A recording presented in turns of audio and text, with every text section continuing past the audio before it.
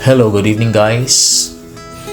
Welcome to my channel. Kung bago ka pa lamang po, please like, subscribe, and hit the notification bell. Ayan, welcome to Vegan City. Marahil napapatanong ka ngayon, ano kaya itsura sa gabi?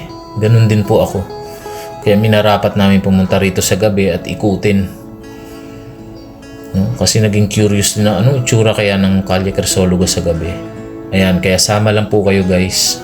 Ating libutin ang mga pangunahing lansangan dito sa Vegan na kinabibilangan ng pamosong Calle Crisologo.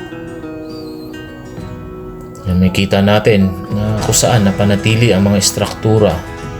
Nung kapanahunan pa lamang po ng mga Espanyol na kanilang itinayo ang mga istrukturang ito hanggang sa kasalukuyan, makikita natin na naging tanyag, naging UNESCO World Heritage po ang Vegan dahil lang po sa mga istruktura na ito na kung saan napanatili sa paglipas ng napakaraming siglo.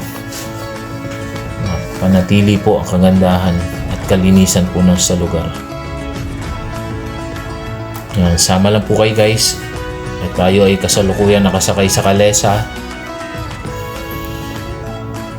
Dahil sa napakarami po ng mga streets po rito, hindi po natin ito kayang libutin ng 30 minuto na naglalakad lamang. Ayan, mas maigi po, maire-recommenda po namin na sumakay kayo ng kalesa.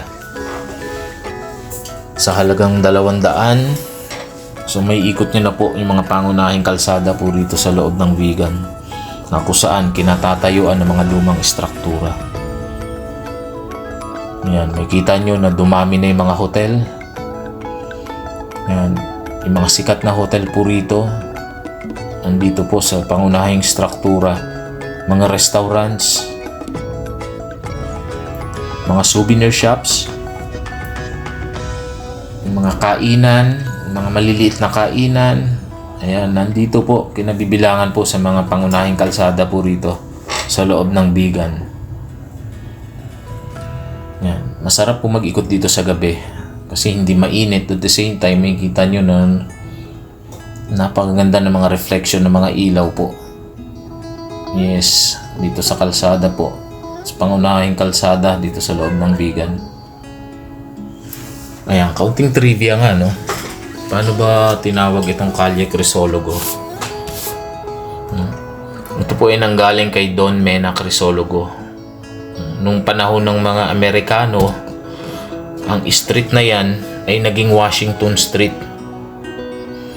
So nagtatag ang mga Amerikano ng pamahalang sibil sa buong Ilocos Sur na kung saan iniluklok nila si Don Mena Crisologo bilang kauna-unahang gobernador.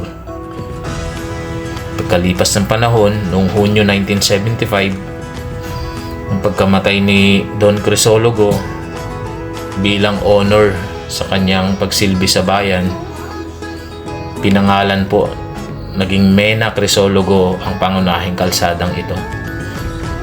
Sa kasalukuyan, ito ay pinalitan na naging Calle Crisologo. Ayan, yan po yung naging trivia po sa lugar na yan.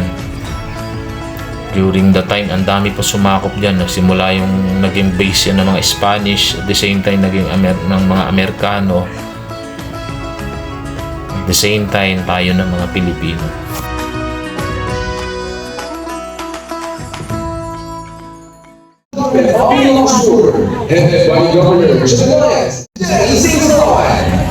We request everyone to remain seated and enjoy the show. Diyos muna, hindi natin.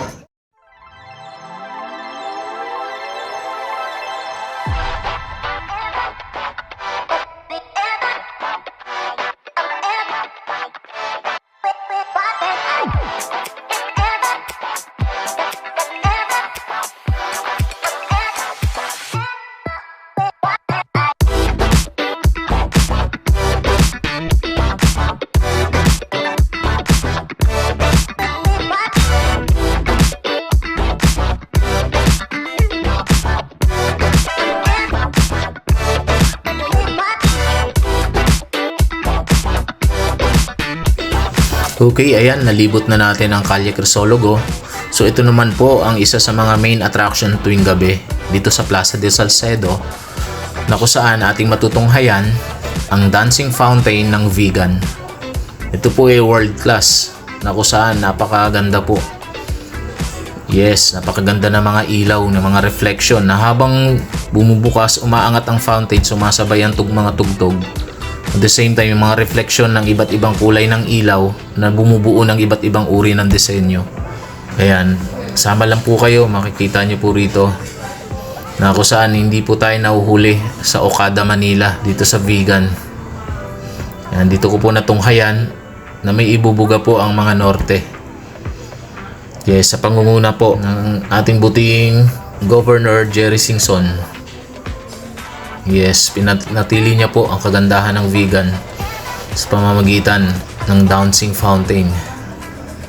Ayan, once you visit here, agahan nyo po.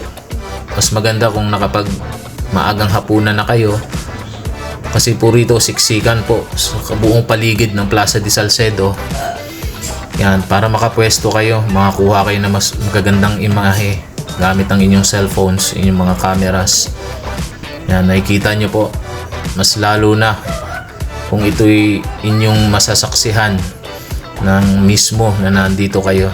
Nakikita nyo po yung mayanig na tugtog kasabay na magagandang klaseng ilaw na sinasabayan ng mga fountain na bumubuo ng iba't ibang hugis ng mga reflection. Yan, ito po ay nagtatagal na mahigit 30 minuto.